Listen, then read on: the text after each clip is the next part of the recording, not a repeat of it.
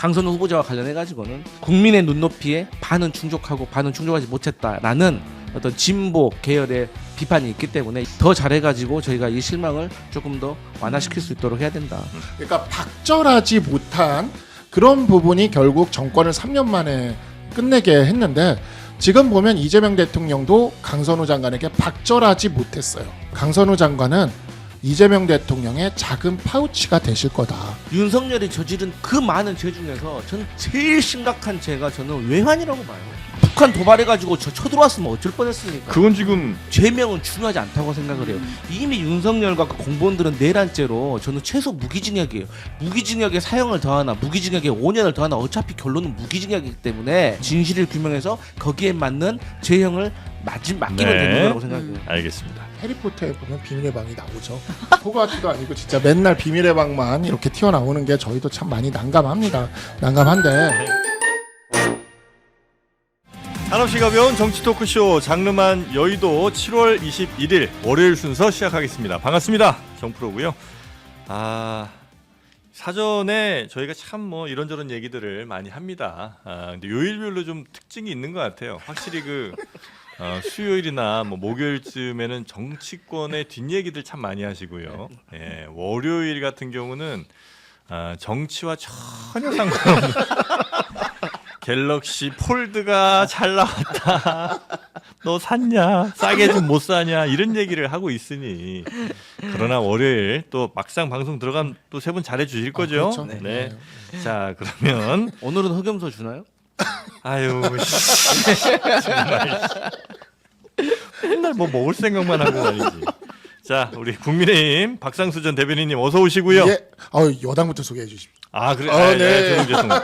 더불어민주당 강성필 부대변인님. 안녕하십니까. 여당 부대변인 강성필입니다. 네, 반갑습니다. 갤럭시 탐납니다 지금. 갤럭시 6 사서 지금 화가 나 있는 상태입니다. 그러니까. 네, 세븐 사기 너무 좀 이르고 지금. 네, 네, 근데 세븐 너무 잘 나왔죠? 네, 아름답습니다. 네. 자, 삼성전자. 자, 그리고 박상수 전 국민의힘 대변인님. 예, 반갑습니다. 네. 예, 저도 아들이 갤럭시 6 작년에 아하. 선물해 줬다가 지금 후회를 하고 있습니다. 아주 억울합니다. 식스 억울해요. 산 6 사람이- 산 사람들 정말. 네, 네. 4, 5, 6까지는 그냥 비슷비슷하게 나왔어요. 네. 근데 갑자기 세븐이 너무 얇아졌어. 그러니까요. 예. 자, 512기가짜리 아드님 사주시기 바라겠습니다. 자, 그리고 개혁신당 김성열 최고위원 후보 어서 오십시오. 네, 김성열입니다. 네, 반갑습니다. 반갑습니다. 네. 그래도 갤럭시 토크에는 안 따라오신 것 같습니다. 다행히. 형들이 약간 부끄러워가지고 그렇죠. 부끄럽긴 하죠. 어떻게 갤럭시 얘기를 30분을 하나. 자, 그리고 갤럭시 구매하셨다고요? 네, 신혜영 기자님 어서 오십시오. 네, 폴드 갑니다. 아. 사전 예약했습니다. 사전 예약하면 256기가 512로 업그레이드 공짜로 해서 업그레이드 업그레이드죠. 해줍니다. 우리 이러면 이제 협찬 들어와야 되는 거 아니에요? 이 정도 설명해 주. 통일이 더 빠르다니까요. 형 때문에 안 돼. 자, 그러면 가시죠. 갤럭시 잊고 이제 뉴스 하나하나 또 정리해 보도록 하겠습니다. 일단 네. 뭐 인사 관련 뉴스부터 좀 가볼까요? 네, 이진숙, 강선우 두 후보자의 엇갈린 운명입니다. 어제 우상호 정부석이 브리핑을 직접 했어요. 관련해서 이제 이번 11명의 장관 후보자 관련해서 한 명 이진숙 교육부 장관 후보자에 대해서는 네. 지명을 철회했다라고 밝혔습니다. 네. 다양한 의견 경청해서 내린 결정이라고 했고, 다만 이제 또 한 명의 논란의 중심에 섰던 강선우 후보자의 경우에는 임명한다. 라고 얘기를 했습니다. 네. 이재명 대통령이 다양한 의견 잘 알고 있지만 여러 가지 종합해서 결정을 내렸음을 국민 여러분께서 이해해 주시길 바란다라고 했고, 뭐 구체적인 사유를 따로 언급하지는 않았습니다. 뭐 좀 더 고민한다 이런 거 아니고 그냥 임명 강행이에요. 네. 네. 임명한다는 건가요? 그러니까 한 명만 지명 철회한다고 했으니까 네. 그럼 강선우 후보자 임명한다는 건가요? 라고 물으니까 그렇습니다라고 이제 우석이 답변을 했죠. 알겠습니다. 민주당에서도 약간 좀 부담이 있었던 것 같은데 강행하는 걸로 가는군요. 그러니까 이제 뭐 근데 보좌관 분들이 네. 꽤 좀 반발이 거세지 않나요? 제가 사실 네. 초창기에는 이제 강선우 후보자와 관련해 가지고 네. 제가 다각도로 이해하려고 많이 노력을 했거든요. 예. 그러니까 많은 분들이 저한테 이제 항의 전화가 많이 왔었어요. 네. 그러니까 특히나 이제 보좌진원 예. 와서 뭐 현직도 있고 전직도 있고 알만한 사람이 그러면 되겠느냐라는 네. 상당히 항의 전화가 많이 왔습니다. 근데 그럼에도 불구하고 저는 이제 강선우 후보자와 관련해 가지고 이제 분명히 잘못된 점은 있더라. 그러니까 뭐 비대와 관련해 가지고 네. 부탁 자체로 그건 잘못된 거예요. 근데 이제 뭐 사람을 많이 바꿨다느니 그다음에 이제 뭐 어떤 감정이 좀 여러 가지로 복잡하게 얽혀 있을 수도 있다는 문제가 좀 있겠더라고요. 그러니까 꼭 이 사람이 가끔 일하다 보면 이상한 사람도 있거든요. 네. 이제 이런 것들과 관련해 가지고는 좀 더 깊이 들여다볼 필요도 있다. 그런데 결국에는 이제 비판 여론이 많았죠. 그래서 제가 자주 드리는 말이 뭐 국내인 같은 경우는 보수 일간지 사설에서 야 잘못됐다라고 하면 돌아서서 한번 봐야 되고 저희 민주당도 마찬가지로 진보 일간지 사설에서 네. 이건 잘못됐다라고 하면은 겸허하게 돌아볼 필요가 있는 거거든요.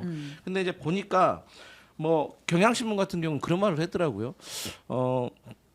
지명 처리한 것은 상당히 평가한다. 왜냐하면 자진 사퇴하면은 책임 소재가 조금 흐트러지잖아요. 예. 근데 지명 처리했다는 것은 그러니까 이진숙. 네, 네. 이재수 후보자 같은 경우는 지명 처리했다는 것은 분명히 인사에 대해서 잘못된 것을 인정하고 다시 잘하겠다라고 시인하는 거기 때문에 네. 그 용기가 평가할 만하다. 근데 이제 강선우 후보자와 관련해 가지고는 어쨌든 이제 국민의 눈높이에 반은 충족하고 반은 충족하지 못했다라는 어떤 진보 계열의 비판이 있기 때문에 이 부분에 네. 있어서는 저희가 겸허하게 받아들여야 되고 더 잘해가지고 저희가 이 실망을 조금 더 완화시킬 수 있도록 해야 된다. 근데 이제 여당 지도부에서 강력하게 예. 대통령께 이제 진언을 한 것으로 알려져 있습니다. 근데 뭐 측근으로 많이 알려져 있지 않습니까? 강선우 의원이 그 이부자리 일화도 있고 측근으로 굉장히 많이 이렇게 알려져 있는데 측근을 이렇게 그 내친다는 게 쉬운 일이 아니에요. 사실 생각해 보면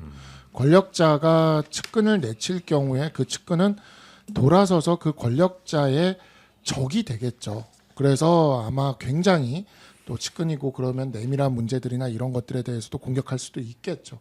그렇지만 그런 측근을 감싸다가 무너진 정부를 우리는 코앞에서 봤지 않습니까? 예, 그래서 저는 이 강선우 장관 임명이라는 게 이재명 대통령의 인사 기준을 보여줬다. 측근은 불패다.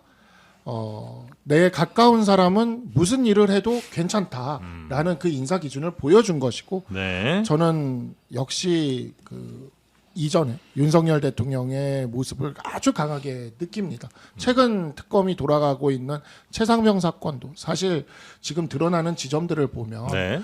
사실 그렇게까지 정권의 그 명운을 걸 정도의 일이라고 보기가 어려우면 고집 부릴 일은 아니었었다. 고집 부릴 일이 아니죠. 네. 근데 측근에 대한 이 그러니까 뭐라고 이야기를 했대요? 그러니까 끊어내는 그때 걸 잘 못하고 네, 끊어내는 했을 걸 때 못하는 거를 박절하지 못했다라고 얘기하셨죠.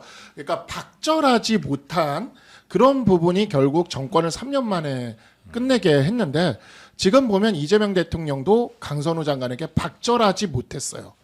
그래서 강선우 장관은 이재명 대통령의 작은 파우치가 되실 거다. 근데 배우자하고 측근하고 다르지 않아요? 알겠습니다. 어떻게 배우자를 측근이라고 말을 해? 그러니까 작은 파우치와 같은 효과를 낼 것이다. 네. 네, 김성열 예. 예, 후보. 저는 이거 말씀드릴 게 전 너무 많아요. 제가 예. 이제 보좌진으로만 계속 살았던 데다가 뭐 이 방에 대한 이야기도 너무 많이 그 전에 들었었던 부분이 있어서 지금 보도 안 된 내용들도 많아요. 아 그럼요. 제가 계속 말씀드렸잖아요. 근데 이거를 저는 진짜 연락을 많이 받아요. 좀 전에 강성필 의원님도 연락 많이 받으신다 그러는데 전 진짜 많이 받아요. 근데 제가 같이 일했던 동료들이 다치는 꼴을 제가 못 보기 때문에 이 얘기를 못 하는 거. 저는 실제로 제가 눈앞에서도 봤어요. 솔직하게. 예. 강선우 의원이요? 강선우 의원님의 갑질을 아. 의원실의 갑질을. 네. 아, 정말이에요. 그래요? 저 얼마든지 제가 법정에 가서 증언할 수 있을 정도로 그 정도인데 제가 그럼에도 불구하고 얘기 안 하는 건 제가 특정이 돼버리면 다른 저와 예. 관련된 사람들이 다쳐요. 그 사람들은 민주당에서 계속 일을 해야 되고. 근데 저는 이게 있어요. 그러니까 제가 계속 얘기를 했던 게 모든 사람들이요. 옛날에 우리 그런 얘기 있지 않습니까? 파도 미남? 파도 미담만 나온다. 네. 예.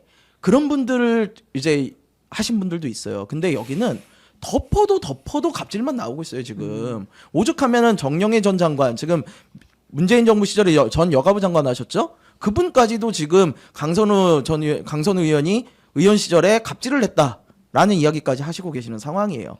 뭐 위아래를 가리지 않고 다 하셨던 거예요. 앞으로 더 나올 거라는 거죠. 제가 계속 얘기하는데 이거는요. 왜냐하면 사람이 누군가에게 특정해서 이렇게 했다면은 그 사람 몇 명의 문제겠죠. 김병기 원내대표가 그러지 않았습니까? 그 보좌진 몇 명 이상할 수도 있지 않냐고? 그렇게 28명이 이상했으면요. 그거는 뽑은 사람도 잘못인 거예요. 그렇게 사람을 보는 눈이 없습니까?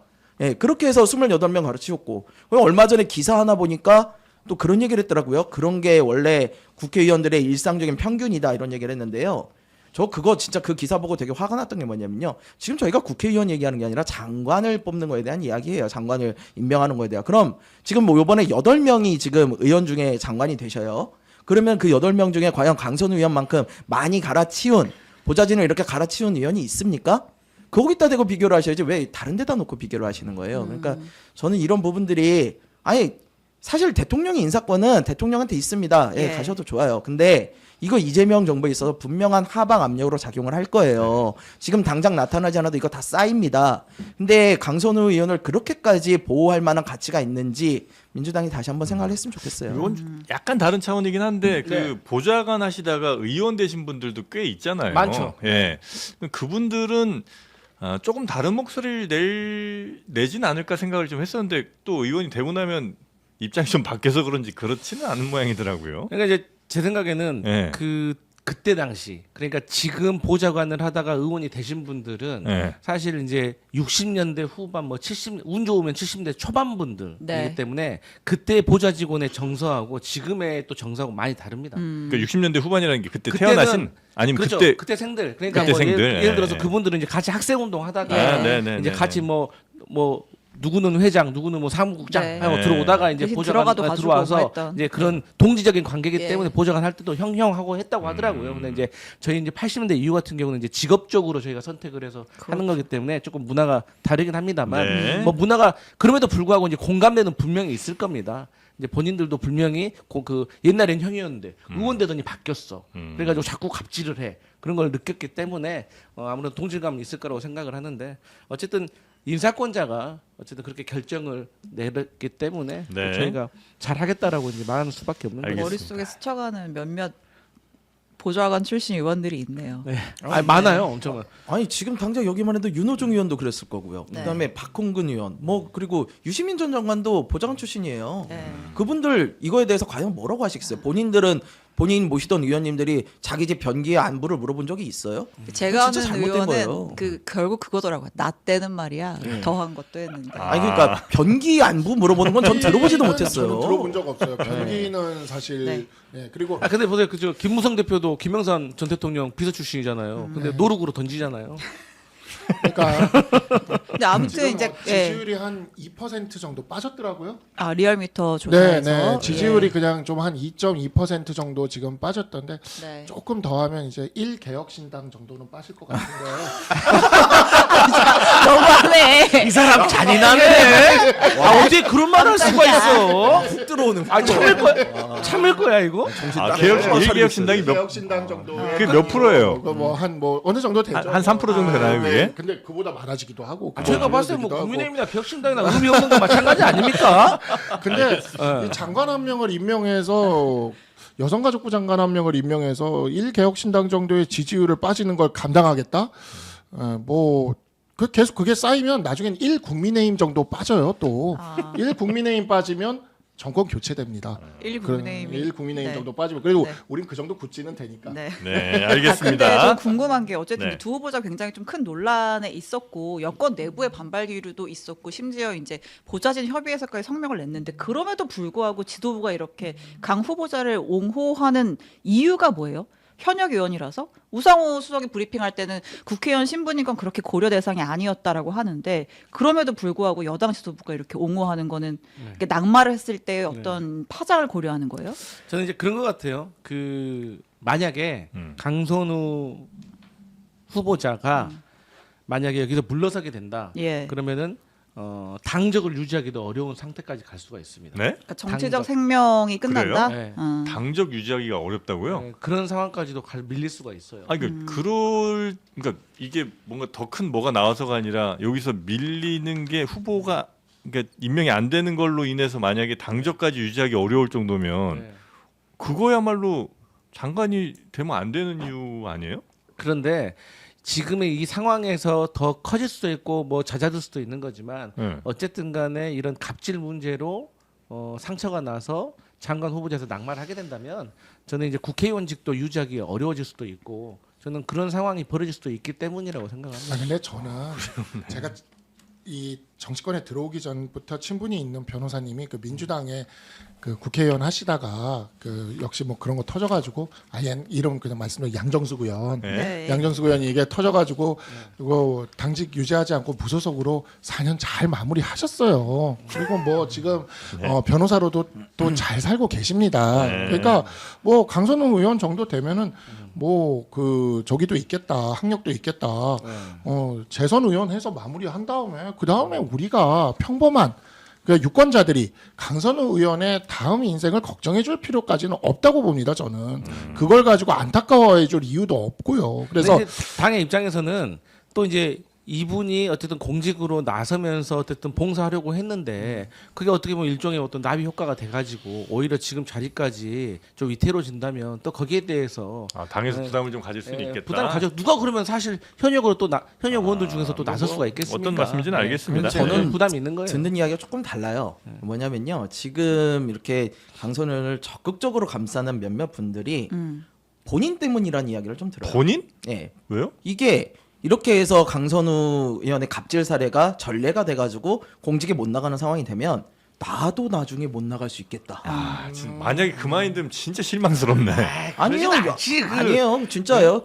그래서 그런 이제 본인들 때문에 본인이 나갈 때 나도 걸림돌이 될 수 있다라는 생각 때문에 이제 본인들 보좌진들 단속하고 그러면서 이걸 어떻게들 통과시켜야 된다라는 이야기가 보좌진 사이에는 진짜 엄청 그러니까 이 의심스러운 지점이 저도 국민의힘 보좌진이긴 하지만 국민의힘 보좌진들에게 들어보니까 그런 얘기를 하더라고요.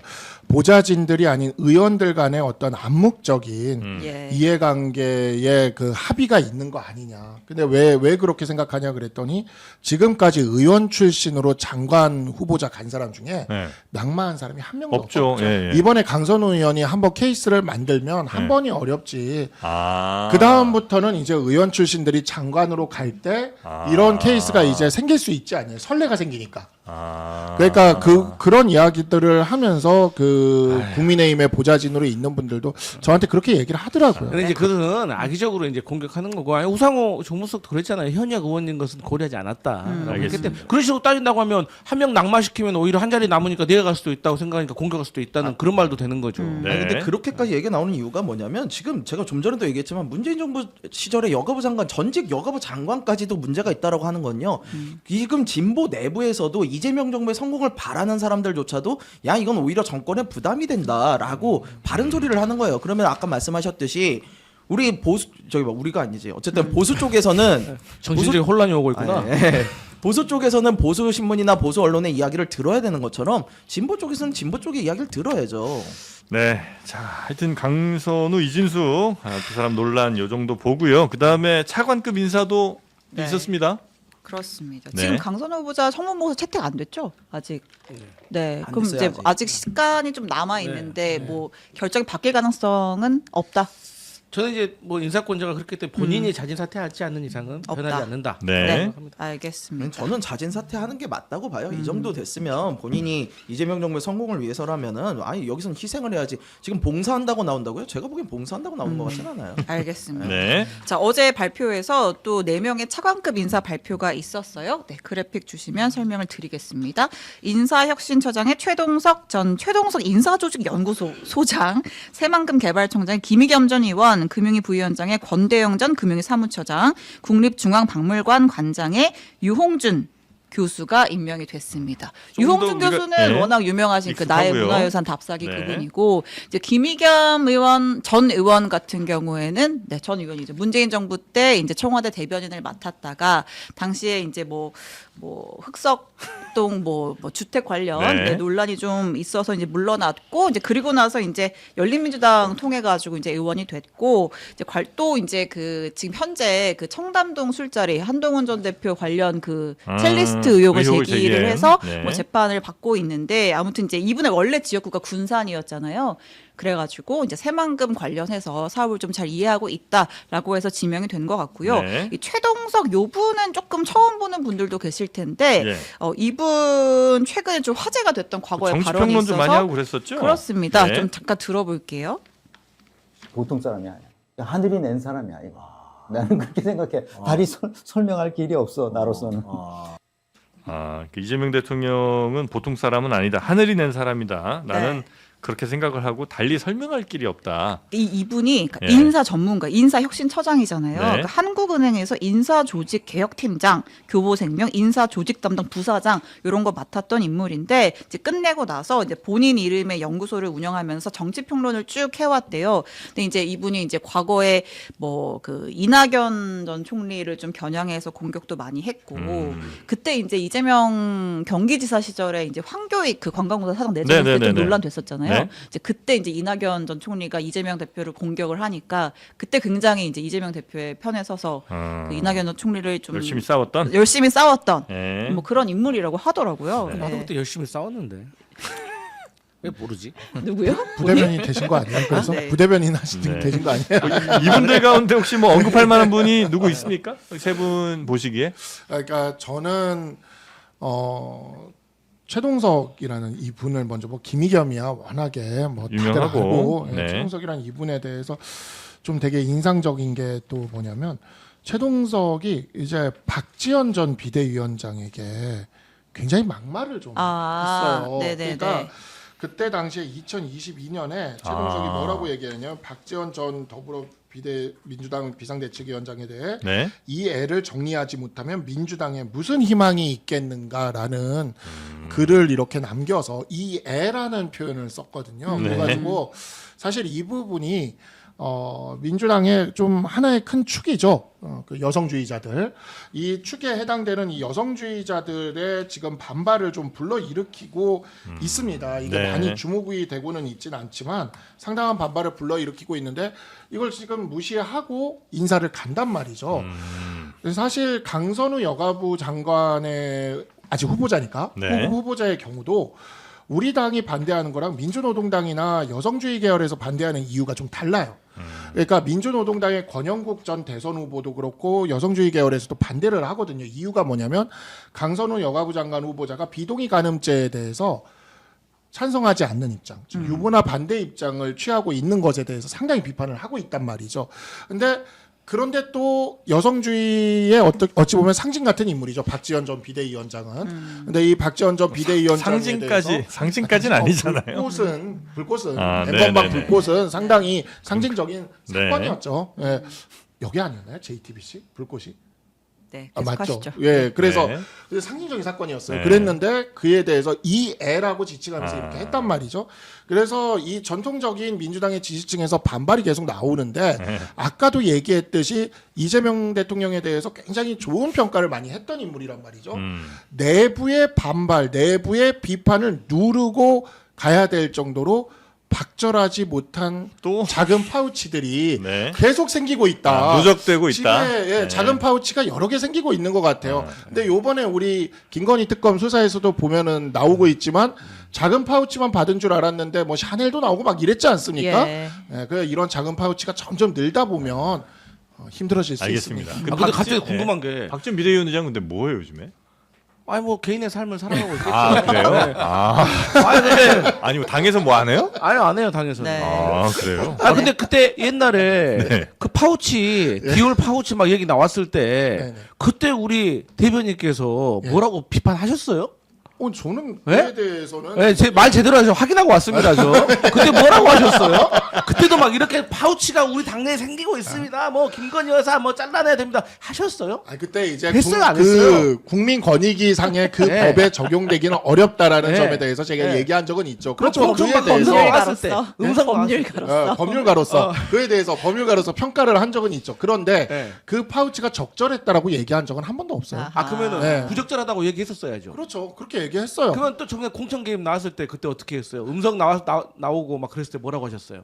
그때도 당연히 비판했죠. 우리는 사실상 제2야당처럼 움직여 왔던 거 너무 모르십니까? 과거 좀 캐지 마요. 아니 자꾸 우리 당에 뭐 작은 파우치는 아직 안 계속 나와. 생기고 있으니까 박절하질 못하잖아 알았습니다. 계속. 예. 자 혹시 저 차관급 인사 중에 혹시 뭐 눈여겨보는 사람 있으세요? 우리 김성열 후보. 저는 사실은 강선우 장관 빼놓고는 인사 나쁘지 않다고 봐요. 아, 그래요? 네, 전체적으로. 네, 네, 그리고 네. 유홍준 전 이 청장님 같은 경우는 우리 그 나의 문화유산 답사기 쓰신 그분이시죠. 네네네네. 저 그거 되게 감명 깊게 있고 그때 처음으로 문화에 대한 눈이 떠졌었거든요. 아니 정말로. 그래서 그 뒤로는 박물관 이런데 막 절에 가서 석탑 보고 그런 게 바뀌었었어요. 근데 저는 그런 거 굉장히 좋았다고 보거든요. 그래서 네네네. 사실은 이번에 유홍준 이분이 문화부 장관으로 오시면 참 좋겠다라는 생각은 했었는데 뭐 어쨌든 이렇게 중용을 하시는 거 되게 좋다고 봅니다. 네. 이재명이 합니다. 그런 책도 읽어보면 좋아요. 그거는 좀 아깝습니다. 근데 이제 이번 차관급 4명 인사에 제일 긁힌 사람이 한동훈 전 대표인 것 같더라고요. 술자리 때문에. 네, 그러니까 이제 네. 최초로 이제 의혹 제기한 사람이 이제 김의겸 전 맞아요. 의원이기도 하고 네. 이 최동석 인사혁신처장이 또 본인 유튜브나 이제 그 진영 유튜브에서 이제 관련 의혹 이건 진짜다 뭐 이런 식의 방송들을 몇 차례 했었나 봐요. 그래서 이제 한동훈 전 대표가 이제 본인 페북에다가 불쾌한 심기를 노출했습니다. 네. 네, 이런 뭐 인사는 국민들 화나라고 모아놓은 건가요?라고 뭐 국민들 반발을- 화나는 거예요? 본인 화나는 거예요?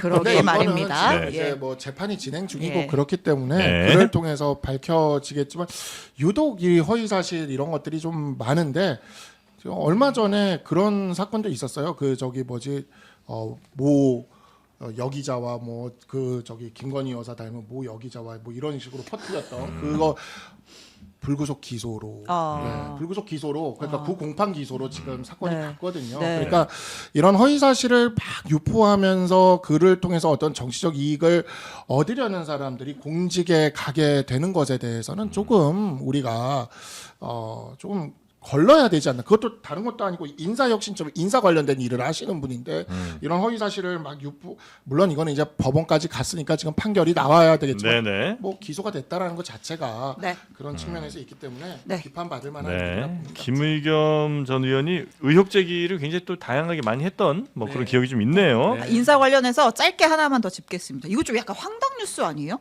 아니, 나 지난 이거 제일 이해 안 되는데, 이 15일에 사람이. 대통령실 국민통합비서관, 예. 국민통합비서관 이제 각계 의견 수렴하는 그런 창구가 되는 예. 자리잖아요. 여기 비서관으로 임명된 강준욱 동국대 교수. 이분의 저서 내용이 뒤늦게 논란이 되고 있어요. 이분이 지난 3월에 야만의 민주주의라는 책을 썼거든요. 네. 책에 무슨 내용이 들어가냐면 윤석열의 비상계엄은 야당의 민주적 폭거에 항거한 비민주적 방식의 저항이라고 정의한다. 그러니까 야당이 민주주의를 완전 파괴하고 예. 그러니까 다수당의 횡포를 못 참아서 실행한 게 계엄이다. 왜 임명된 거예요? 그러니까 이게? 이런 내용이 있고 예. 이재명 대통령이 그가 대통령이 된다면 강력한 공포의 전체주의적 독선 정권이 될 것 같다. 이런 내용이 담겨 있는데 이분이 현 정권의 국민통합비서관으로 이제 임명이 된 거예요. 난 이 사람이 제일 이해 안 되는 게 네. 그전에도 뭐 보면 정의당, 민주당 뭐 다 빨갱이다 이런 식으로 얘기를 많이 했잖아요. 이 사람을 굳이 왜 이 정부에서 뭐 극우까지 한번 껴안아 보겠다는 거예요? 뭐. 아니 뭐 구구까지 껴넣을 수는 없고. 네. 근데 이제 제 생각에는 이분 이력도 사실 뭐 정보통신공학과 뭐 교수고 인공지능 네. ICT 센터 뭐 그러니까 국민 통합에 주특기가 있는 게 아니라 사실 어떻게 보면 뭐 AI 수석 아래 뭐 이런 데 가셔야 될 분인데 이분이 여기 왔다는 것을 보고 저도 의아해서 좀 알아봤는데 네? 제 생각에는 아마 전에 이제 홍준표 전 대구시장 네. 그 책사라고 했던 이병철 카이스트 전 네. 교수 그분의 추천으로 들어온 것이 아닌가 저는 그렇게 추정을 하세요? 추정. 왜냐면 아니, 그 추천은 올 수 있는데 아니, 왜 받냐고. 그러니까요. 그러니까 저는 사실 이 뉴스를 봤을 때 어떤 생각이 들었냐면 힘드네. 이전에 윤석열 정부 때 비서관이 아직 남아서 뭐 무슨 이야기를 해가지고 지금 논란이 되나 보다. 아 저도 임명이 네, 저는 아니라 그렇게 생각했어요. 남아 있는 사람이 남아 있는 사람이 근데 나중에 보니까 이재명 임명된- 정부가 임명을 한 거야. 그래서 네. 아, 근데 이거 누가 추천했는지 좀 알아봐야 될 것 같아요. 네, 이게 지금 보수 진영 몫으로 추천이 들어갔다고 하는데 아니, 근데 이병철 교수는 받아주지도 않았으면서 그분의 추천을 받는 건 또 뭐예요? 이해가 좀 안 가고요.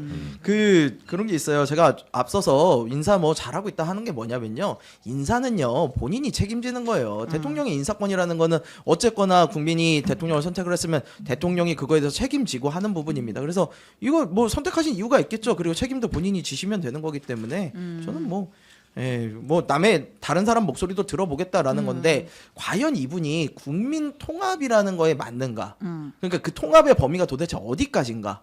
저는 계엄에 대해서 이러한 시각을 가지고 있는 사람도 통합의 대상이 되어야 되는가에 대한 부분은 좀 의문은 있죠. 그러니까 저희 당은 지금 보면은 이와 같은 극우적인 목소리를 내는 사람들과 지금 전면전을 하고 있는 상황이거든요. 오늘 아침에 네. 장동혁 의원이 뭐라고 얘기를 했냐면 내부 총질하는 사람들 자기가 당대표 되면 책임을 묻겠다라고 오늘 예. 아침에 했어요. 그래서 제가 오늘 아침에 바로 맞받아치면서 반공화국 반헌법적 극우주의자들이 사라진 이기는 보수의 장동혁의 자리는 예비되어 있지 않을 것이다라고 바로 받아쳤거든요. 우리 진짜 세게 싸우고 있어요. 정말 서로 말을 날리면서.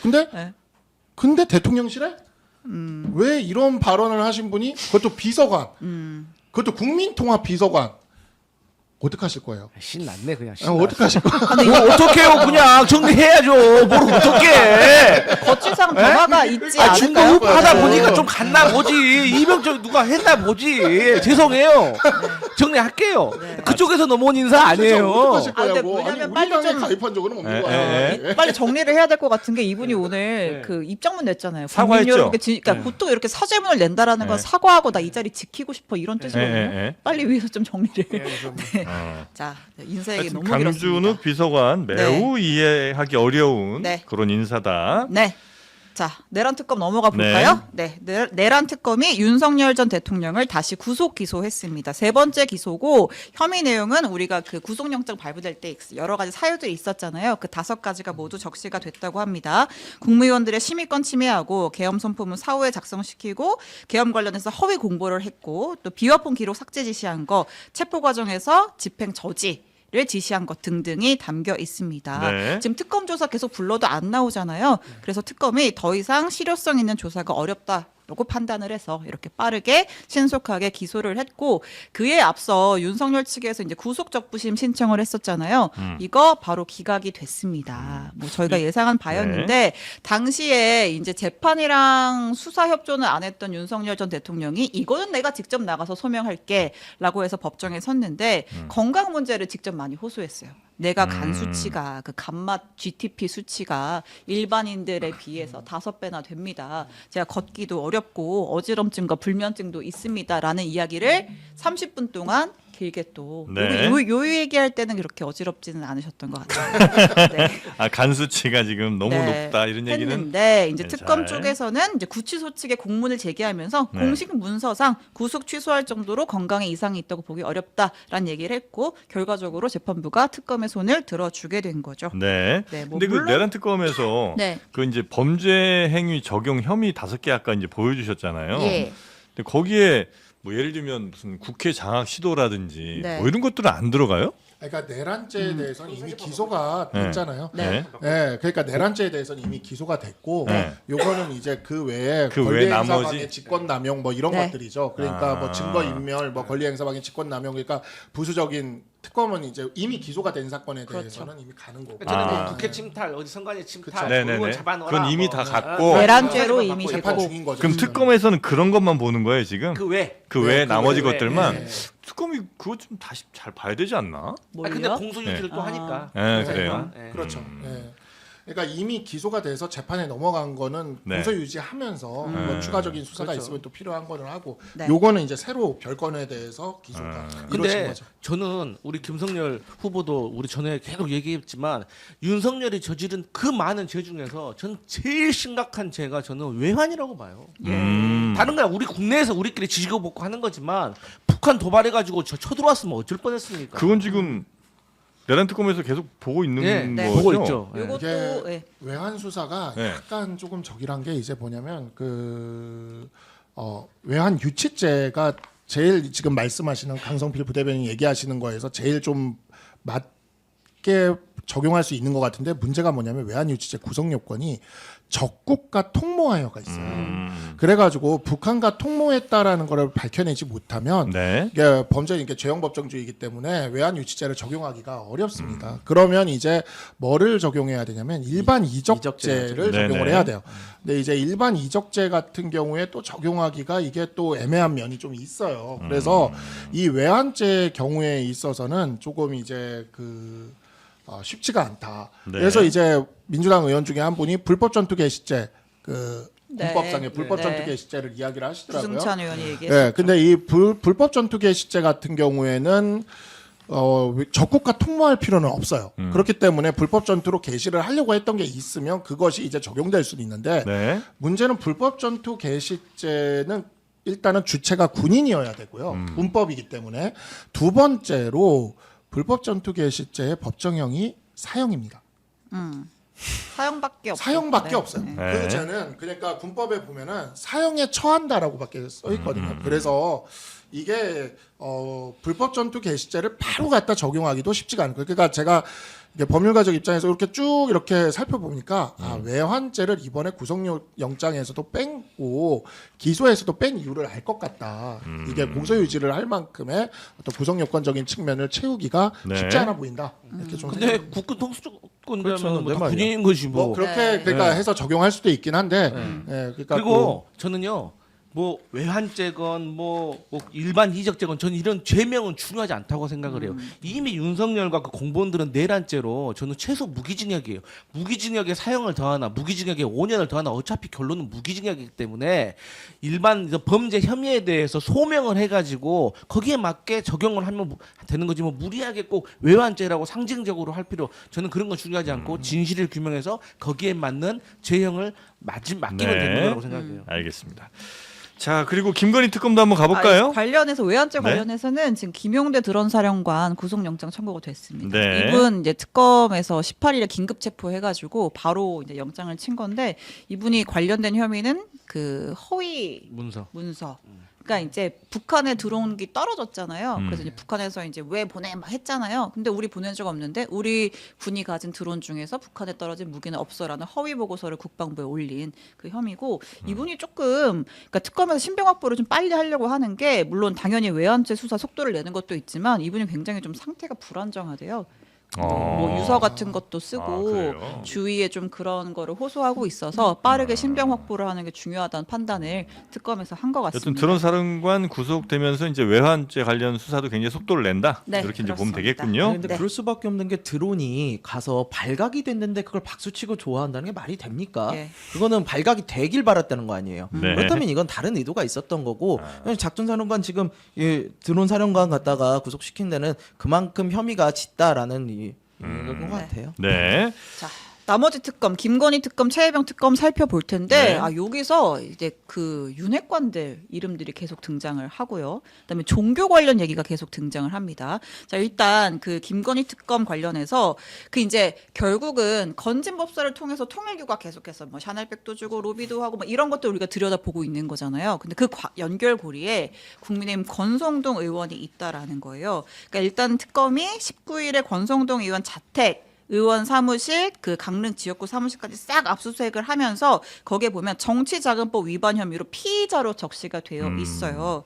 그러니까 그 통일교 관련 프로젝트가 정권에 줄을 대는 연결고리에 권성동 의원이 있다라는 거고 실제로 보면 이 건진이랑 주고받은 그 문자 내역 같은 거 보면 있잖아요. 우리가 결국은 이렇게 뭐 지원도 하고 VIP에 줄을 대는데 정확히 윤심이 뭔가요? 라고 보내니까 윤심은 변함없이 권성동입니다. 라고 하면서 그러면 내년 전당대회에 권성동이 나가서 당대표 될 거잖아요. 우리가 어느 정도로 지원하면 됩니까? 과시할 정도로 해주시면 좋습니다. 10,000명 이상이면 정도로. 됩니다. 네. 그러니까 이제 통일교 측 그 윤 모 본부장이 티가 안 나게 해야 되는데 저희가 청년 원로 뭐 이렇게 해서 세 그룹으로 좀 나눠보겠습니다. 권성 권성동 열심히 당대표 될 수 있게 도와드리겠다. 조직적으로 통일교 차원에서 좀 지원을 해주려고 했던 정황이 있고 네. 그리고 나서 사실 이제 권성동 의원이 여러 가지 뭐 윤핵관 이선 후퇴하면서 불출마를 했어요. 그러니까 약간 끈 떨어진 거잖아요. 그러니까 이제 통일교 측에서 권성동 불출마 선언했는데 저희 어떡하죠? 무리해서 단체로 입당까지 했는데 낭패네요. 라고 하니까 이제 건진이 네. 여사님께 말씀드렸습니다. 어차피 V를 위한 것이니 도와달라고 하셨어요. 뭐 이런 내용들이 자 특검에서 벌써 다 입수를 했고 권 의원 같은 경우에는 그 이제 캠프 시절에 윤석열 후보를 통일교 관련 행사에 참석시킨 것도 있고 본인이 직접 그 윤 전 본부장이 주최해서 굉장히 크게 했던 통일교 행사에 가서 연설도 하고 축사도 하고 뭐 약간 연결고리들이 계속 있어서 특검에서는 이 과정에 뭔가 좀 유무형의 금품을 수수한 정황이 있을 것이다를 의심하고 수사를 하고 있는 거예요. 네. 통일교 입장에서도 아주 난감했겠네요. 이 당시에 열심히 사람도 모아주고 뭐 이런 물심양면으로 도와줬을 텐데 네. 막상 당 대표로 못 나와. 못 나와. 예. 예. 그런데 하지만 V의 마음은 여전히 네. 있으니까 걱정하지 마라. 뭐 이런 내용이 아마 건진 법사가 했던 그런 내용인 것 같습니다. 설명 하나만 추가하고 얘기 네. 들어보면 그러니까 이제 금품 수수가 있었을 거라는 의심이 되는 거잖아요. 그래서 이 특검에서 통일교 쪽도 압수수색을 했어요. 그래서 그 한학자 교주가 살고 있는 천정궁 그 옆에 천원궁 뭐 해가지고 궁이요, 쭉 궁? 궁이라고 부르더라고요 여기는. 궁에 살고 계시는구나. 그래서 한 10군데 정도 이게 주요 이 본거지를 압수수색을 하면서 그 윤석열 재임 시절부터 한 3년 동안에 이 통일교의 회계 자료를 싹 털었대요. 들여다보겠다. 어디다 갖다 돈 썼는지를 들여다보겠다. 자금 흐름 보겠다라고 보통 했는데 받은 사람은 안 적어도 준 사람은 반드시 적거든요. 그렇죠. 장부에 적잖아요. 내가 네, 어디 얼마 적죠. 줬는지를 네. 이걸 들여다보겠다고 하면서 압수수색을 싹 했는데 그 교주가 머물고 있던 궁에 그 비밀의 방이 몇 개가 발견이 됐다라는 비밀방들 거예요. 많아. 건진 법당에 있던 비밀의 방만 있는 게 아니라 네. 통일교의 본거지에도 비밀의 방이 꽤나 많이 있었고 그 비밀의 방에는 원화, 엔화, 달러화, 귀금속, 명품백 등등이 굉장히 많이 발견이 됐다. 외화들도 좀 있었어요. 네. 오. 종류별로. 명품백은 거기도 있구나. 진실의 방은 들어봤어도 제가 이제 비밀의 방은 너무 요즘 자주 듣는데 어쨌든 지금 말씀하셨던 것의 핵심은 뭐냐면 김건희 여사가 연루가 되어 있다는 거예요. 예. 그러니까 아까 그 통일교의 윤모 씨하고 건진 법사하고 문자 주고받으면 거기에 핵심은 뭐냐? 김건희 여사한테 보고 드렸다. 여사님께 여사가 뭐 말씀드렸어요. 김건희 여사지 뭐 네. 무슨 여사겠습니까? 네. 그리고 그분이 그러니까 대통령을 위한 거니까 계속 도와달라 했다는 거 아니에요. 그리고 두 번째 최근에 또 밝혀진 게 이 건진 법사의 휴대폰에 김건희 2라는 번호가 있다는 거예요. 네네. 예, 근데 예, 이 김건희 2가 이 김건희 여사 수행하는 이 조모 행정관의 전화번호 아니에요. 근데 이게 유. 유예요? 네. 하도 근데 유경옥. 좋습니다. 네. 이름 말해도 돼요? 예, 예. 근데 이분하고 통화한 게 일과 시간, 퇴근 시간 이후라는 거 아니에요. 그리고 그 추적을 해보니까 한남동에서 잡혔다. 위치는 네. 김건희 씨 있던 데고. 그러니까 건진법사하고 밤늦게까지 야근하면서 이렇게 당원 모집은 잘 되고 있냐, 뭐 돈은 제대로 들어왔냐, 비밀의 방에 돈은 쌓였냐, 에나만이냐, 달러만이냐, 달러 많이 올랐는데 이런 얘기 많이 했을 거 아니에요. 그러니까 여기에 대해서 국민의힘 의원들은 전에 뭐 내가 대통령하고 술 먹었네, 밥 먹었네 자랑하면서 이런 거 다 몰랐다는 거 아니에요? 아니면 모른 척을 했다는 건지. 뭐 저기 하여튼 뭐 진실의 방 얘기하시니까 저는 이제 워낙 그 판타지 영화 이런 거 매니아니까 이거 해리포터에 보면 비밀의 방이 나오죠. 네. 볼드모트로 갑니까? 거기 보면 이제 해리포터도 마법사고 거기 헤르미온느도 그 여자 주인공도 있어요. 헤르미온느라고 생뚱맞아서 어처구니가 없어. 돌아다니는 그 건데 예. 예, 어쨌든 간에 무슨 호그와트도 아니고 진짜 맨날 비밀의 방만 이렇게 튀어나오는 게 저희도 참 많이 난감합니다. 난감한데 네. 이러한 부분들이 좀 우리 당의 입장에서는 굉장히 의심스러운 지점이 뭐냐면 네. 지난 대선 때 이제 우리 당의 당원들이 굉장히 많이 늘었어요. 물론 윤석열 대통령이 이기는 것 같은 그런 대선이기도 했기 때문에 당원이 굉장히 많이 늘 수가 있었지만 홍준표 대표가 그 했을 때 당원들이 한 20만 명 규모였는데 이게 80만 명 규모까지 확 늘거든요. 근데 그런 측면이 지금 탈당해 있지만 홍준표 전 시장이 계속해서 그거에 대해서 좀 의혹을 제기해오던 그런 내용이었고 사실 이번 대선 때도 우리가 굉장히 조금 이상하게 생각을 했던 것이 어느 날 갑자기 원래 우리 당원에는 3개월 당비를 내야지만 투표권을 줬는데 네네. 한 달만 1,000원을 당비를 내도 투표권을 주도록 했단 말이죠. 누가 바꾼 거예요? 그러니까 황우여 선관위원장이 당시에. 아. 예. 당시에 그런데 그렇게 했는데 나중에 그거를 또 다시 이게 원복시켰죠. 아니요 그러고 나서 이게 알려지고 나니까 갑자기 지금부터는 한 달만 내도 투표권을 주지 못한다. 알려지고 나니까 아. 그러면 이제 알려지기 전에는 그럼 누가 들어온 거야라는 생각을 당연히 안 할 수가 없거든요. 네, 근데 네. 또 재밌는 게 이번 전당대회 때는 3개월 내야지만 투표권을 주는 걸로 또 바꿨단 말이죠. 그래서 사실 이 부분에 있어서 우리 당에서도 지금 특검의 수사를 굉장히 관심 있게 바라보는 지점이 네. 이와 같이 당심을 왜곡하고 당원들의 어떤 그런 것을 왜곡한 이러한 것들이 실체가 있었는지에 대해서 이번 특검 수사의 결과를 통해서 좀 밝혀지지 않을까라고 생각을 하고 있습니다. 좀 네. 철저히 수사를 해 주셨으면 좋겠어요. 아 근데 맞는 말인 게 예. 지금 박 대변인 하시는 말씀이 정답이에요. 뭐가요? 송원석 비대위원장이 네. 뭐 권성동, 이철규 막 이렇게 압수수색 나오니까 이러면 안 된다라고 항의할 게 아니라 네. 전당대회 방해한 거거든요. 그리고 저는 황우여 선관위원장도 다 조사해봐야 돼요. 아 그러니까요. 그리고 예. 이때 당시 아마 당원 100%로 바꿨잖아요. 그러니까 맞아요. 이거 당원 100%로 예, 바꿨죠. 당원 100% 네. 바꾼 이거 다 있어요. 그러니까 그리고 애초에 3개월도 잘못된 거예요. 우리 민주당은 6개월이거든요.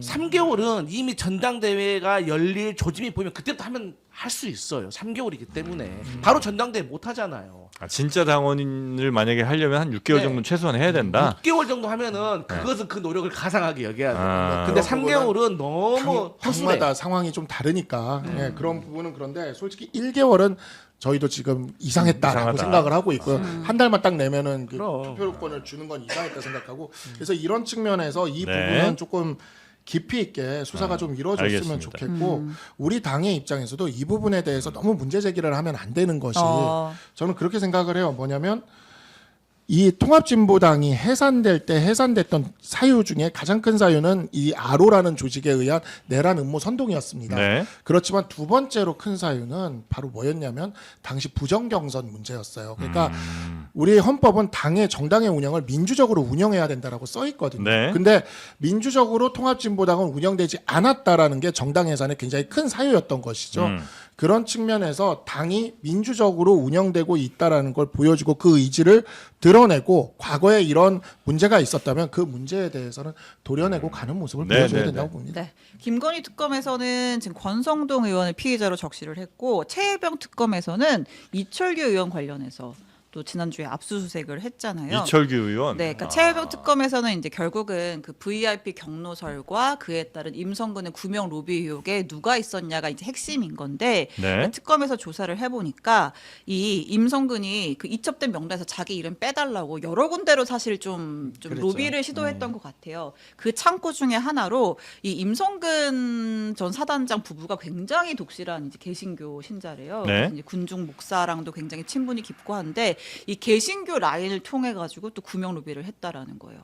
뭐 어떻게 올라가는 그러니까 거예요? 이제 임성근 전 사단장 부부가 있고 네. 알고 지내는 군종 목사가 있고 이 통해서 그 이제 극동방송 이사장하는 김정한 목사 있잖아요. 김장환. 네. 아, 유명한 네, 사람이죠. 통해서 로비를 쭉 했고 김정한 목사가 이철규 의원에게 또 전화를 했고 네. 그래서 이철규 의원이 또 윤석열 대통령에게 로비를 했고 그래서 지금 특검에서는 이 통화 기록들, 예. 그 경로설 회의 있었던 그 당일의 통화 기록들을 다 이제 확인을 해서 그때 우리가 이철규를 왜 갑자기 압색을 하지? 어디 연결고리가 있는 거지? 그 얘기를 했었는데 그 루트가 요거였던 근데 거예요. 또 이철규 의원이 확인이 그 됐어요. 통일교 한학자 총재 그 원정 도박 또 무마해줬다는 의혹이 있죠. 관련해 가지고도 600억? 경찰이 인지 수사해 가지고 네. 하려고 하니까 윤모 씨한테 세계본부장 윤모 씨한테 뭐 인지 수사하고 있다 이런 계획 알려줘 가지고 윤모 씨가 지인하고 통화할 때 야 경찰에서 인지해 가지고 압수수색 들어올 수 있으니까 대비해라 뭐 네. 이런 통화 내역이 밝혀진 거 아니에요? 그 이철규 의원이 이제 예전에 윤석열 전 대통령이 굉장히 총애하던 그렇죠. 근데 사람이고 그 통화에서는 네. 윤핵관에게 들었다고 했는데 네. 이 윤핵관이 이제 이철규 이철규다. 의원으로 추정을 하는 거지. 네. 100% 밝혀진 건 아닌데 네. 이분이 또 이제 또 경찰 출신이고 고위직이고 출신이고 이제 그래서 자, 그러니까 이 사람들이요 다 이제 보시면은 다 윤핵관들이 그동안 어떤 일들을 해왔는지 이제 드러나는 거예요. 그래서 이분들이 지금 특검에 있어가지고 자기들이 대상이 될 걸 뻔히 알고 있었고, 그럼 이 사람들이 왜 윤석열 전 대통령의 탄핵과 이거에 대해서 반대를 했느냐? 윤석열 전 대통령을 위해서 한 게 아니에요. 본인들 안위를 생각해서 그렇게 반대를 했던 거고. 근데 네. 지금 그 사람들 인적 쇄신조차 안 한다? 그건 문제가 있는 거죠. 근데 이분들의 첫 단추는 사실 이준석 대표 쫓아낼 때부터 발생한 거예요. 네. 이들이 제일 앞장서 가지고 사실 저쪽 내부 총지라는 당 대표라 그래가지고 체리 따봉 날려가면서 이준석 대표 물러나게 하고 쫓아내고 네. 그런 다음에 이 일을 다 벌어진 거 아닙니까? 국민의힘은 거기서부터 틀어진 거예요. 알겠습니다. 뭐 저도 한 말씀만 좀 예. 드리면 최근에 제가 넷플릭스 다큐멘터리 중에 그 열대의 묵시록이라고 있어요. 아, 일은 언제 하시는 거예요? 네, 지금 시간이 굉장히- 많아 요즘에. 뭐 이런 거 자꾸 빨리빨리 이렇게 지나다니면서 봅니다. 근데 열대의 묵시록에 보면은 네. 거기에 이제 브라질의 복음주의자들이 우파 정당을 장악함으로써 네. 이렇게 극우화를 시키고 그 과정에서 정말 이해할 수 없는 정치를 하다가 결국 룰라 대통령한테 패배하는 그 이야기가 거기 지금 담겨져 있는데 저는 사실 그거 영화를 보기 전까지 룰라 대통령이 어쨌든 부패 혐의로 감옥에 갔다가 나온 사람인데 어떻게 저런 사람을 또 대통령으로 뽑을까? 저 브라질은 좀 이상한 나라인 것 같다라고 생각을 했어요. 근데 제가 그걸 보니까 이해가 되더라고요. 그 복음주의자들이 코로나가 터졌는데 백신을 맞지 말고 마스크도 쓰지 말고 기도만 하라 그래서 진짜 길에서 사람들이 기도만 해요.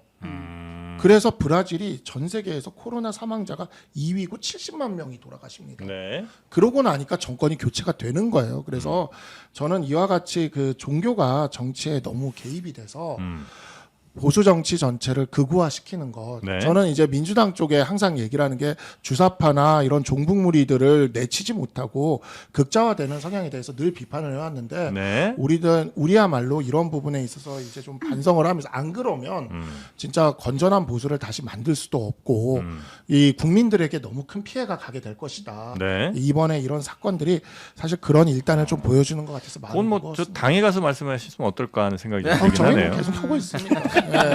그리고 우리 또 저기 나가셨던 이 분들도 계속 하셨던 거고. 네, 알겠습니다. 자, 그리고 요거 짧게만 짚을게요. 어떤 거죠? 그 이제 김건희 특검 너무 할 게 많아가지고 네. 3부 토건도 들여다보고 아, 있잖아요. 그거? 근데 그 핵심 인물 이기훈 전 부회장 네. 요분만 지금 이제 검찰이 출석 안 하고 지금 튀튀 상태인 거잖아요. 네. 밀항을 시도한다는 첩보가 있다고 합니다. 네. 그래서 특검이 공개 수배 전단을 때렸습니다. 네. 그 보신 관련해서는 저희가 또 잠시 네. 후에 시민보 기자를 모셔서 네. 예, 그 김건희 여러 헤이트들이 좀 있잖아요. 그건 한번 저희가 한번 탈탈 텁니다. 네. 그렇습니다. 네. 자, 네. 국민의힘 얘기 한번 가볼까요? 네, 국민의힘 전당대회 이제 본격화되는데 날짜도 나왔고 출마 선언이 줄을 잇고 있습니다. 첫 번째 타자 김문수 전 장관입니다. 출마 기자회견 당시 발언 들어볼게요.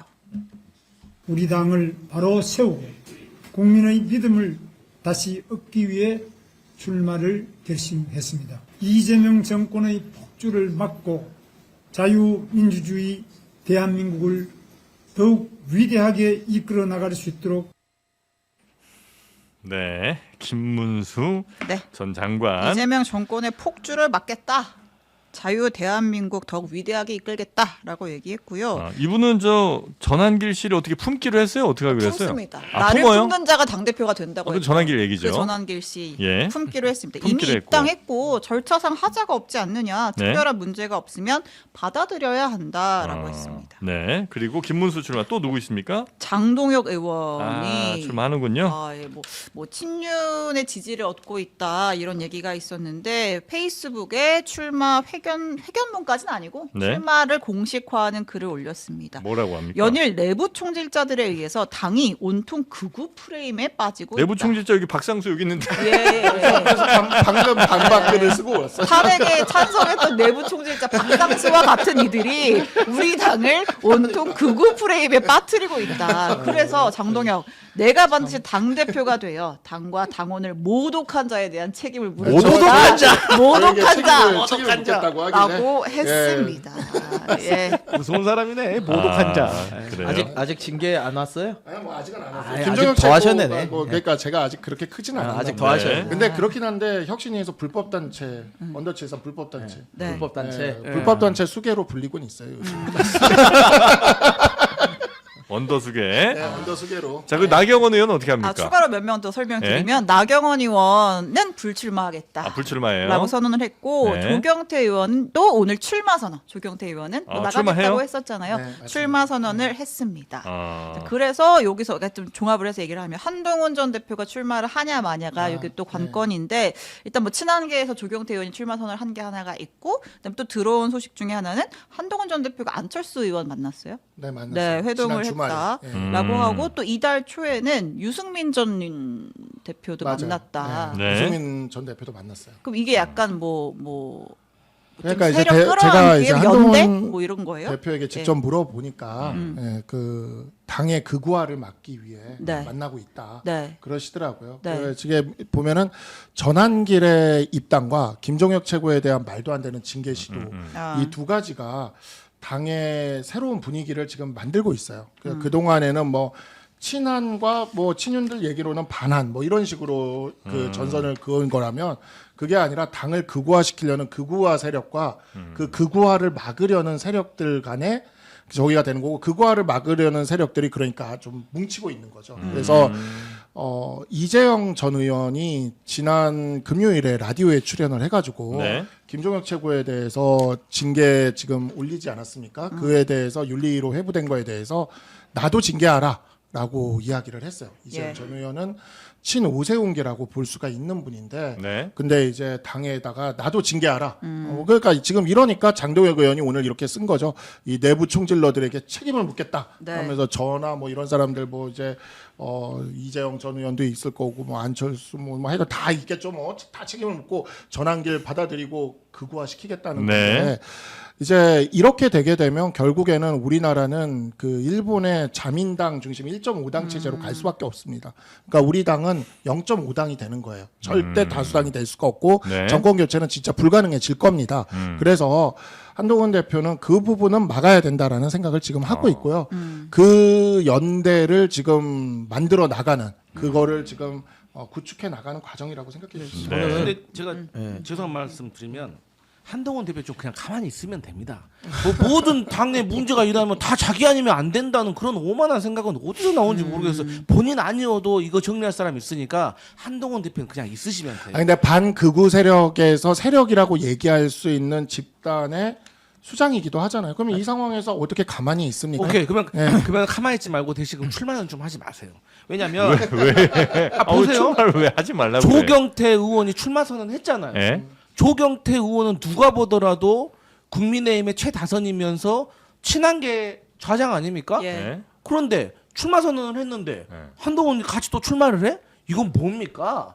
이렇게 되면은 제2의 장동혁 만드는 겁니다. 조경태 의원은. 둘이서 또 단일화 할 수 있죠. 아니 네. 그 자체가 이상하게 정말 하던 우스운 모양이 거예요. 지금. 이게 네. 정말 지도력의 부재인 아, 거예요. 지금 지금은 좀 근데 안 맞죠. 그 저기 계속 그 대통령실에 파우치를 갖다 놓고 있는 민주당은 이해를 못 하겠지만 우리는 진짜 목숨 걸고 싸우고 있어요. 파우치를 갖다 놓다 보니까 뭐 그 이상한 말씀 쓰신 책까지 쓰신 분까지 갖다 놓으셨잖아요. 다른 얘기 하지 어? 말고. 정말 아니 그러니까 저희는 진짜 여기서 정치 생명을 건 싸움을 하고 있는 중인 겁니다. 그러니까 그런 부분에 있어서는 지금 그렇게 자리를 가지고 한가롭게 따질 때는 아니에요. 알겠습니다. 저는 반대로 생각해요. 지금 말씀하신 게 정말 진정성이 있다고 생각을 하기 때문에 그렇게 진정성이 있으시면 나오셔야죠. 그러니까 본인이 나오셔야 총대를 돼요. 매야 된다는 그럼요. 거죠. 행동하지 않는 양심은 양심이 아니에요. 아니 본인이 나와가지고 직접 싸우고 책임을 져야죠. 그래서 저는 이렇게 정말 목숨 걸고 싸우고 있다면은 대장이라면 나와가지고 나를 따르라 그러고 앞장서야죠. 네, 그래서 저는 한동훈 대표가 이렇게 말씀을 하실 거면 아니 앞장서가지고 전당대회 나와가지고 당선돼가지고 당 쇄신 직접 하시라 네. 그렇게 말씀드리고 싶어요. 아. 그래서 결국 김문수, 장동혁, 조경태 세 명은 이제 나오는 네. 게 확실한 거고, 그다음에 네. 한동훈은 나올지 말지를 조금 더 이제 지켜봐야 되는 거고. 빼먹으면 안 돼. 안철수 의원도 나온다고 했죠. 아, 안철수. 네. 안철수 의원은 혁신위원장 그만둘 때 나온다고 했는데 아무도 지금 근데 단일화 하시겠지. 아니 이게 아니 우리 김성렬 후보가 한 얘기도 의미는 있지만 네. 정의론 쪽에서 원론적으로는 맞는 얘기지만 네. 이 정치는 현실이잖아요. 국민한테 어떻게 보여지는가도 중요한데 이미 김문수 나온다고 했죠. 이 상황에서 한동훈 나오잖아요. 그러면 그냥 대선 대선 시즌 어게인이에요. 투. 찬탄 반탄이에요. 그러면 이것은 어쨌든 혁신도 사람의 얼굴이 되게 중요하잖아요. 그렇기 네. 때문에 정말 한동훈 전 대표는 조경태 의원을 설득해서 그러면은 못 나오게 하든지 그리고 자기가 나오든지 해야지 같이 나오면 이게 무슨 꼴입니까? 이거? 우리도 아직 정해진 게 없어서 두 분의 말씀을 심사숙고하는. 네, 알겠습니다. 윤희숙 저 혁신위원장은 어떻게 되고 있어요 요즘에? 우리 윤희숙 위원장 그냥 그 예. 숨 쉬고 계세요. 숨쉰 채로 발견됐어요? 그 혁신안이라고 하는 게 공식안이 어쨌든 의총에서 추인도 받고 실행이 돼야 의미가 있는 건데 네. 지금 뭐 지도부의 반응도 뜨뜻미지근 아, 혁신안만 던져놓고 나윤 장송은 또 내가 왜라고 반발라고 하니까 그 누구도 원래 받진 사실 않고. 오늘 의총이 예정되어 있었잖아요. 네. 근데 뭐 이렇게 추인을 받든 아니면 진짜 뭐 조용히 사라지든 뭐 둘 중에 하나 결론이 날 예정이었는데 지금 수해가 워낙 심각해서 의총이 미뤄졌어요. 뭐 그래서 오늘도 숨 쉬고 계십니다. 네, 알겠습니다. 네, 혁신을 자기 네. 세력이 있을 때 이거를 추진을 해야죠. 혼자 아무리 옳은 소리 해도요. 아니 막상 송원석 원내대표가 바로 얘기하잖아요. 그런 거 아니다 그래 버리니까 방법이 없잖아요. 그러면 이제 공허한 소리에 그치게 되는데 좀 너무 서두른 감이 없지 않아 있어요. 맞는 말씀인데. 아, 윤희숙 네. 위원장이 네. 저는 그 윤희석 위원장 어쨌든 아버지 부동산 문제로 어쨌든 의원직 사퇴하셨잖아요. 예. 임기가 아. 3년이 다 그 남았는데. 결기. 던졌죠. 네, 네. 저는 그 결기는 사실 평가를 합니다. 이분에 대해서. 그리고 지금 국민의힘에게 또 필요한 거는 2004년 한나라당 그 차떼기 사건 때 37명이 불출마했어요. 그 정도의 결기가 맞아요. 있고 필요해요. 그렇게 책임지는 사람이 네. 필요하는데 그런 차원에서 윤희숙은 최소한도로 국민의힘에게 혁신하라고 말할 자격은 있다. 다만 말씀하셨던 것처럼 그분이 평론가가 아니잖아요. 그냥 말하고 끝나는 게 아니라 만들어가야 되기 때문에 네. 그렇게 던지는 것보다는 하나씩이라도 좀 만들어내는 좀 전략이 있었으면 네, 네, 아쉽다. 윤희숙 위원장 때문에 불법 단체 수괴처럼 돼버린 저도 있기 때문에 윤희숙 위원장은 이렇게 둥글게 해서 360도로 총을 쏘고 있어요. 지금 예. 휘린들을 하고 있어가지고 가운데 서서 이렇게 돌면서 네, 휘린들을 하고 있으니까 이게 그러니까 옆에 붙는 사람이 없는 거죠. 그러니까 지금 우리 당은 진짜 어찌 보면은 당을 개혁해가지고 당의 극우화를 막고 다시 수권 정당으로 올라갈 자격을 갖추기 위해서 몸부림을 네, 치고 네, 있습니다. 네, 네. 근데 그러기 위해서 굉장히 넓은 공감대와 연대가 지금 형성되고는 있고 장동혁 의원 같은 사람은 그 반대에 서 있는 거고. 근데 윤희숙 의원은 윤희숙 위원장은 가운데 서서 혼자 휘린들을 돌고 있어서 약간 총알을 막 난사하는데 다 비비탄이에요 그냥. 왜 이렇게 왜 하면서 다들 물음표를 아. 띄우고 있는 거는 사실입니다. 그러나 그렇게 이제 들이받는 결기 뭐 그런 건 한번 인정할 만하다라고 우리 강성필 부대변인님 말씀해 주셨는데 다구리에서도 네. 기죽지 않고 예. 계속 목소리를 들이받는 내고 거 계십니다. 막 기죽지 않고 들이받는 건 또 흑염소가 최고 아닐까요? 블랙 요원이죠. 예. 그 드넓은 초원에서 그냥 들이받잖아요. 상대가 뭐 소건 개건 말이건 간에 그냥 비가 오든 뭐 바람이 불든. 예, 그냥 들이받는 앞으로 쭉 달려가면서 그냥 예, 자연에서 키운 국내산 흑염소를 통째로 색소나 감미료 넣지 않고 녹용, 마가목 등 20가지 약재도 추가해서 흑염소를 이 봉지에 담아냈습니다. 사실 흑염소가 굉장히 또 그러니까 가격이 좀 만만치 않습니다. 그러나 직접 수매를 해서 흑염소 다 데려와서 가격을 낮췄고 품질은 높였고요. 장르만 여의도 구독자 전용 이벤트도 지금 시작을 하고 있습니다. 2+1 구매 시에 일주일치를 더 드리고 아유 참 맛있게 드시네. 맛이 흑염소라고 느껴지지 않을 만큼 어떤 뭐 누린내라든지 비린내 이런 게 전혀 나질 않죠. 무슨 맛이에요? 흑염소 맛이요. 왜 아이. 오늘도 난 안 줘? 이쯤 되면 하나 사서 드셔도 돼요. 아, 네. 주문을 하죠. 아 근데 한약 맛이죠, 그냥 한약 맛. 한약 맛? 네, 어. 비슷하긴 한데 제가 이 방송 처음 시작 때 갤럭시 7 이야기로 시작을 했는데 그렇죠. 갤럭시 7보다 흑염소가 낫네요. 아 그렇습니까? 지금 딱 먹으니까. 내 몸을 위한 진짜 선물이죠. 네, 그러니까요. 예. 마이 흑염소가 프레셔스입니다. 나는 예. 못 따라가겠다. 못 따라가겠어. 따라가지 마. 변론도 그런 식으로 하세요? 핸드폰 뭐 그거 있어봐야 뭐 뭐 있어봐야 뭐 예. 게임이나 뭐 눈이나 나빠지지 뭐. 눈에 나빠지지 예. 몸을 위한 선물인데. 그렇습니다. 아니 근데 이게 한약 맛이 그렇게 진하지는 않아가지고 몸에 네. 부담은 없어요 확실히. 예. 하나하나 하시다 보면 점점 늘어요 나중에. 앞으로 방송 준비하지 말고 멘트 준비하라고. 흑염소 고기예요? 뭐가? 고기를 아니지. 아하, 흑염소를 뼈, 통째로 뼈를 그냥 이렇게 다 고아버리는 거예요. 뼈. 예, 고기랑 뼈를 한 번에다 그냥 압착을 시켜버리는 겁니다. 사과 갈아버리듯이. 예, 그렇게 에기스인 거죠, 에기스. 흑염소의 에너지를 그냥 다 담아버렸습니다. 예, 요거 드시고 뭐 당에도 가서 들이받으시고 또 여러 군데 하시기 바라겠습니다. 네, 에너지 많이 충전하시고요. 저희 사실 때는 그 네이버에서 웰스앤헬스 검색하시면 되고요. 또 배송 요청 사항에 장르만 여의도를 적어주시면 되겠습니다. 그리고 영상 아래 보면 링크가 있으니까 그거 따라가셔도 되겠습니다. 자, 2+1 이벤트 꼭 놓치지 마시고요. 세 분도 저희 항상 2+1으로 모시도록 하겠습니다. 아니, 내가 플러스 원이야? 나야? 아, 누가 플러스 원인지는 얘기 안 했어요. 예, 집에 가면서 상의들 하세요. 예, 멘트 준비 좀 해오겠습니다. 스스로 괜히 위축될 필요 없습니다. 예, 원은 누군지 모릅니다. 자, 세 분 대단히 감사하고요. 네, 다음 주에 뵙겠습니다. 감사합니다. 고맙습니다.